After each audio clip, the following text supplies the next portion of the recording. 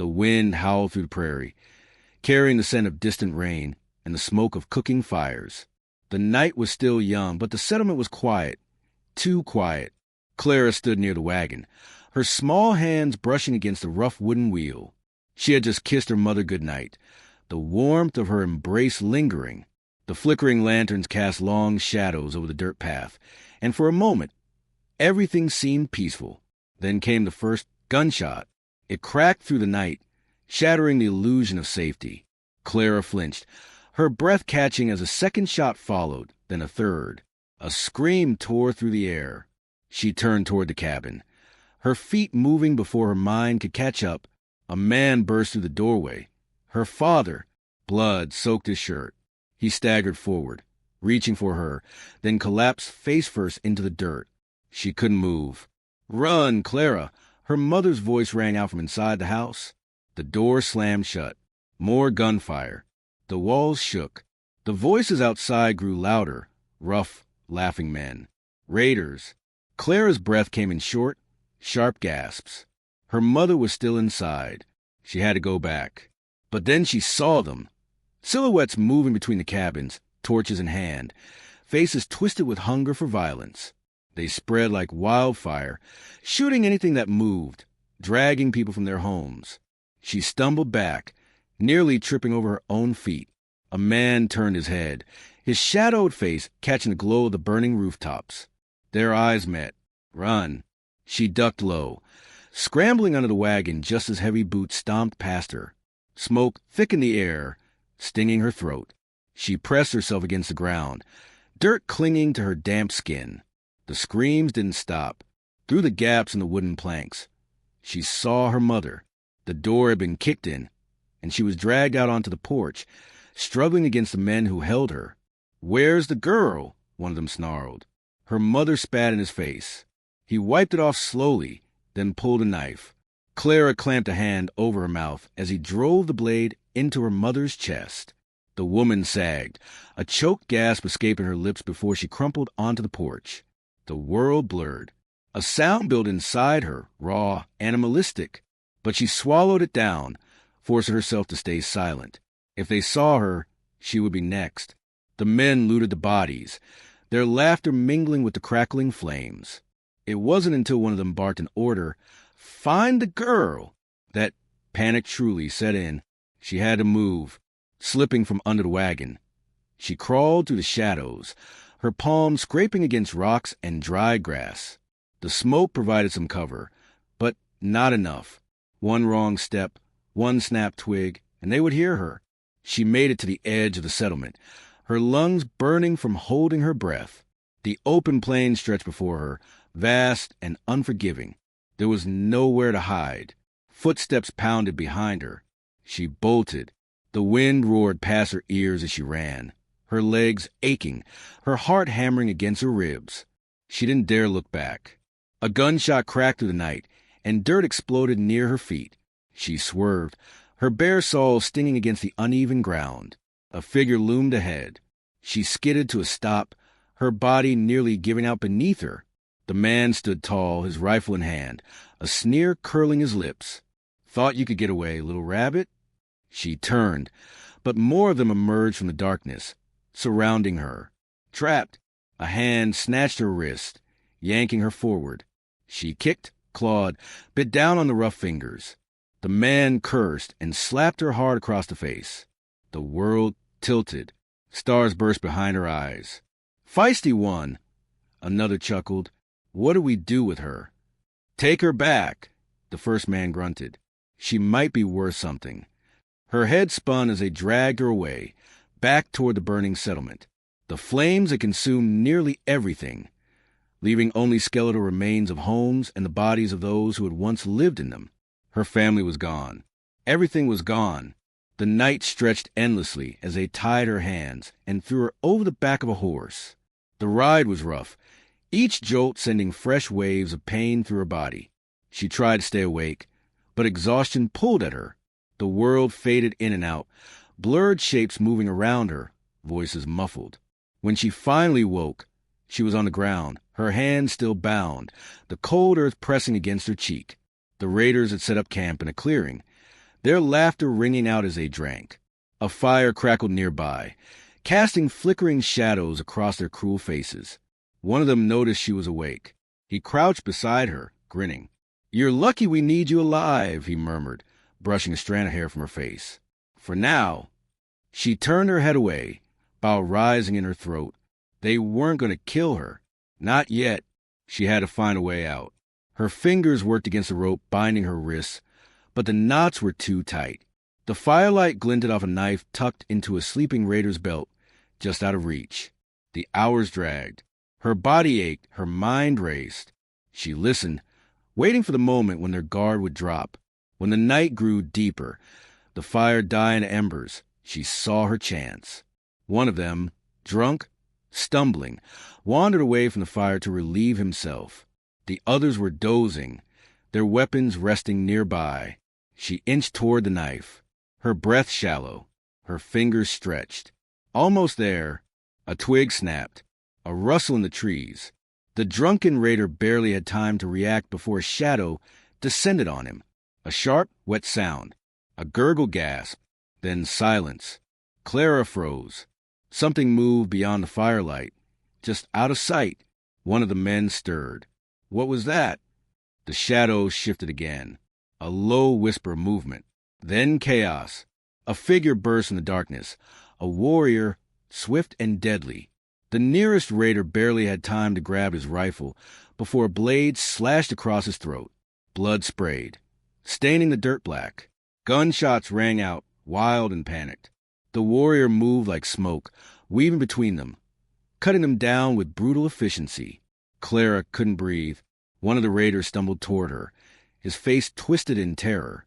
Before he could react, the warrior drove his knife into the man's chest. The camp fell silent. The warrior turned, his gaze locking onto hers. Her body was frozen, every muscle screaming for her to run. But she couldn't. He stepped closer, his expression unreadable. Then, without a word, he reached down and cut the ropes from her wrists.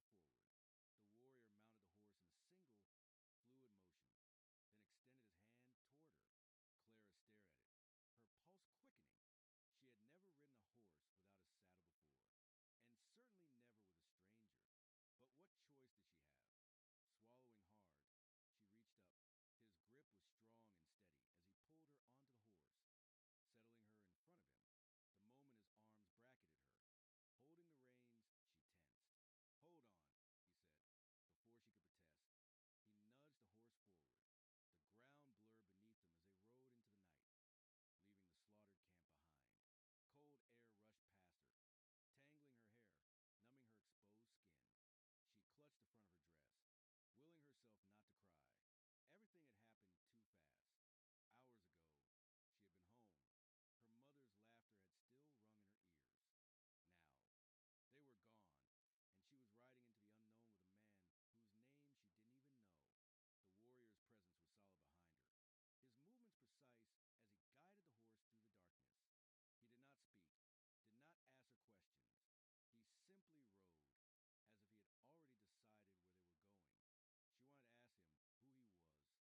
under the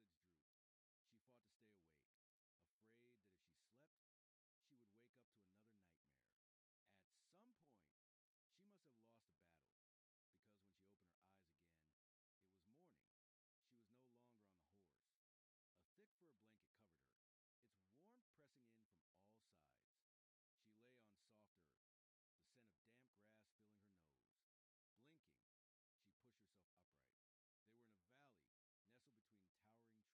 light. Smoke curled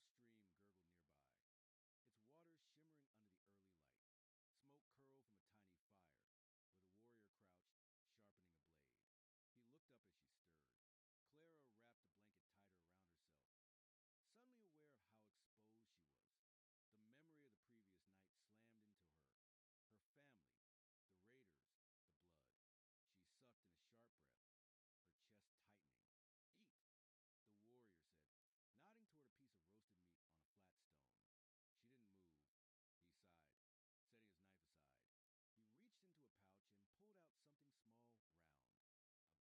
a tiny fire, where the warrior crouched, sharpening a blade. He looked up as she stirred. Clara wrapped the blanket tighter around herself, suddenly aware of how exposed she was. The memory of the previous night slammed into her. Her family, the raiders, the blood. She sucked in a sharp breath, her chest tightening. "Eat," the warrior said, nodding toward a piece of roasted meat on a flat stone. She didn't move. He sighed, setting his knife aside. He reached into a pouch and pulled out something small, round. A berry. He popped it into his mouth, chewing slowly before pointing at another cluster of berries beside the meat. "Safe," he said. "Eat." Clara hesitated only a moment longer before inching forward. Her stomach ached with hunger, overriding her mistrust. She grabbed a berry and bit down. The tart juice exploded on her tongue. When she had finished the small meal, she looked at him. "Who are you?" Her voice was hoarse from disuse. The warrior met her gaze. Sahona. The name was unfamiliar, foreign on her tongue. She repeated it quietly, tasting the syllables. He nodded. She looked around again,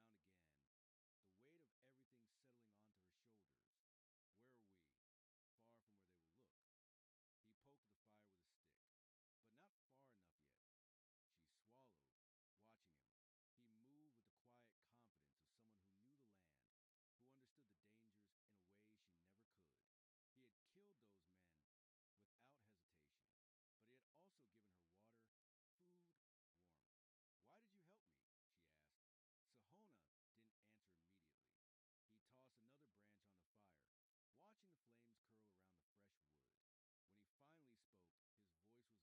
through her, not from fear, but from something else. She studied him. The sharp planes of his face, the quiet strength in the way he held himself. He was unlike anyone she had ever known. And yet, he had saved her. Clara exhaled, wrapping her arms around herself. Her old life was gone. The home she had known would never exist again. But in this strange, untamed place, with this warrior beside her, she felt something she hadn't since the night of the massacre. A flicker of safety. It was fragile,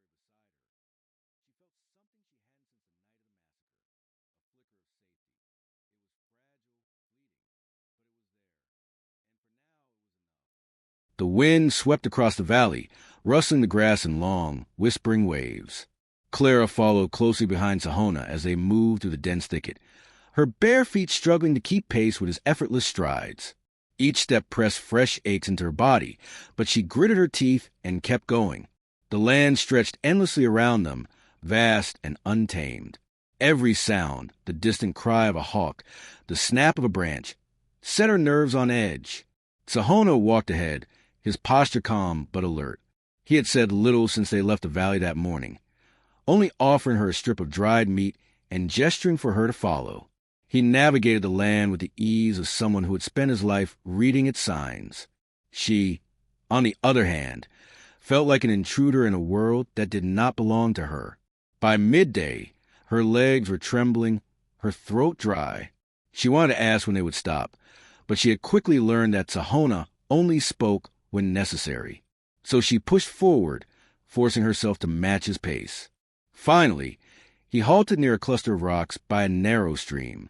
Without a word, he knelt and cupped his hands into the water, drinking deeply before motioning for her to do the same. Clara dropped to her knees, plunging her hands into the icy current. The cold burned her fingers, but the relief of the water against her parched throat was worth it. As she drank, she studied him. Sahona moved like the land itself, quiet, deliberate, controlled. He carried no excess, no wasted movement.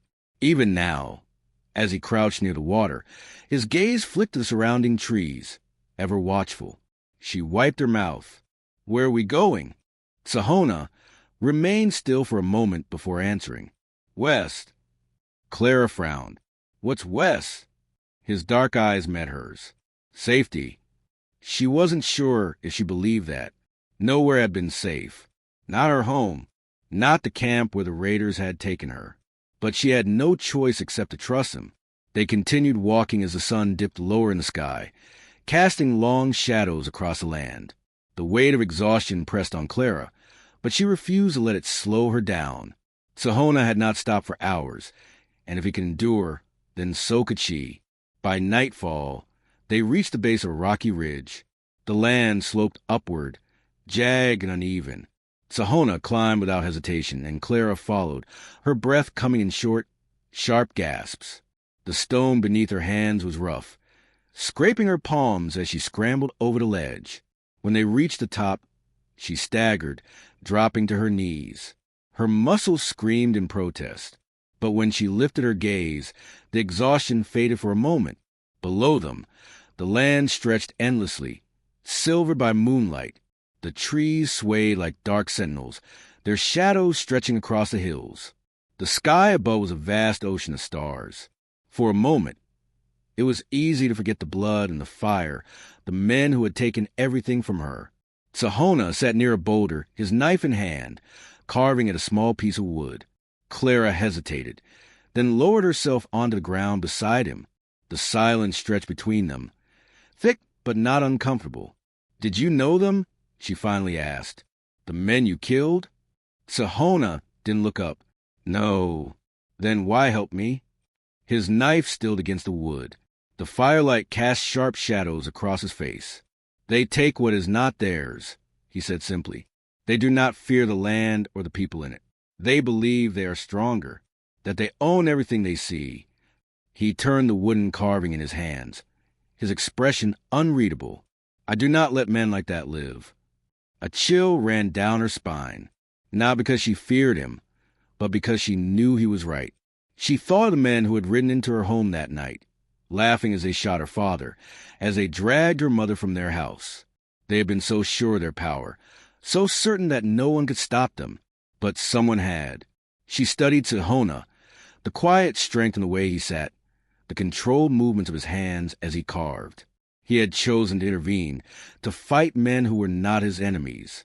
"You didn't have to save me," she said softly. Sahona met her gaze. "No," he agreed, "but I did." Something unspoken settled between them. The night stretched around them, the fire flickering between their shapes. Clara looked down at her hands, traced the dirt beneath her fingernails. "I don't know what to do now," she admitted. "I don't have anywhere to go." Sahona didn't answer immediately. He let the silence settle before speaking. "You learn," he said simply. "You survive." She swallowed, looking out at the darkened horizon. Survival had been all she had known these past days. Running, hiding, escaping. But she knew that wasn't what he meant. She was no longer just running. She was becoming something else. That night, she lay beside the fire, staring up at the stars. Sleep came in restless fits, haunted by the memories of smoke and gunfire.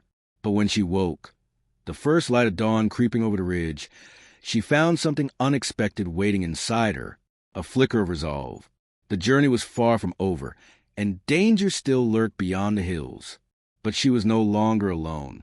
And for the first time since the night everything was taken from her, she felt something other than fear. She felt the stirrings of strength. The sun hung low, bleeding crimson across the western sky. The air was thick with the scent of pine and the distant promise of rain. Clara tightened her grip on the knife Sahona had given her, the weight of it unfamiliar but steady in her hand. Her heart hammered against her ribs, but her breath remained even. They were coming, from their perch atop the ridge. She could see the riders below. 3 men, their figures dark against the golden prairie. She knew their faces well. The leader, Burke, had been the one to grab her by the hair the night of the massacre, his breath foul with whiskey as he laughed at her screams. The other 2 had stood by, watching, entertained by the destruction they had wrought.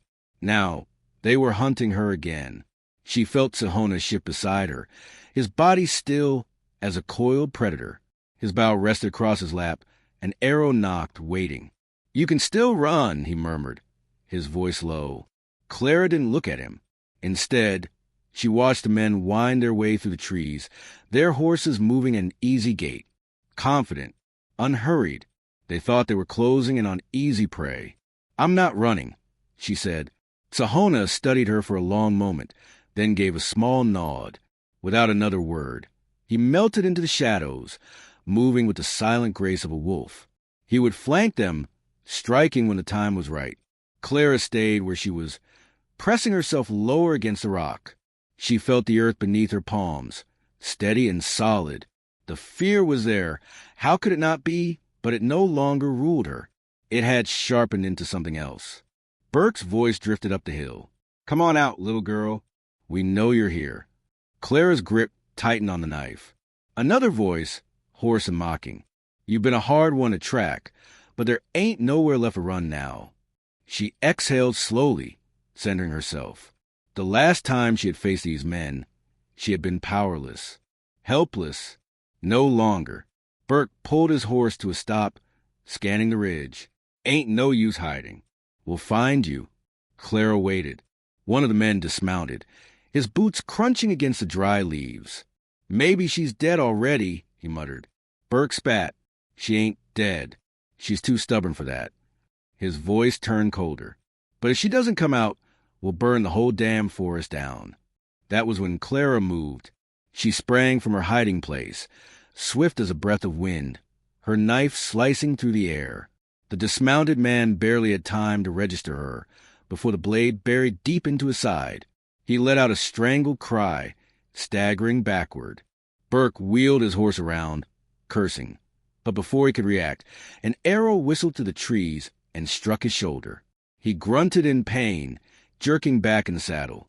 Sahona stepped into view, another arrow already drawn. His expression was unreadable, his aim steady. The third man turned to flee, but Sahona's arrow found its mark, piercing his leg. He screamed, tumbling from his horse. Burke, bleeding and furious, yanked his pistol from his belt, his wild gaze locking on to Clara. "You little—" She didn't let him finish. She lunged, ducking beneath the wild swing of his gun. He fired, the shot echoing through the trees, but he missed. Clara drove her knife forward, slashing across his arm. He roared, dropping the pistol. Before he could recover, she grabbed the gun from the ground and pointed at him. Burke froze. His chest rose and fell, his face twisted in rage and disbelief. "You don't have it in you," he sneered. Blood dripped from his wounds, but he still held himself like a man who believed he was in control. Clara's hands were steady. "You took everything from me," she said, her voice quiet but firm. "You killed my family. You hunted me like an animal." Burke's sneer deepened. "That's the way of the frontier girl. The strong take and the weak." She pulled the trigger. The gunshot rang through the trees. Burke staggered, his eyes wide in shock as he clutched his chest. He swayed, then collapsed to the ground. Clara stood over him, her breath coming in shallow bursts. The gun felt heavy in her hands, but she did not lower it. She watched as the life drained from his eyes, the last remnants of cruelty fading into nothingness. Silence settled over the forest. The man Sahona had wounded whimpered, clutching his bleeding leg. But he did not try to run. He knew it was over. Clara finally exhaled, lowering the pistol. The weight of the moment pressed down on her, but she did not collapse beneath it. Sahona approached, his bow still in hand, though he no longer needed it. He studied her for a long moment, not with pity, not with judgment, with understanding. "You did what needed to be done," he said. Clara nodded. She had spent so long running, so long fearing. But now, standing over the man who had stolen everything from her, she did not feel lost. She did not feel weak.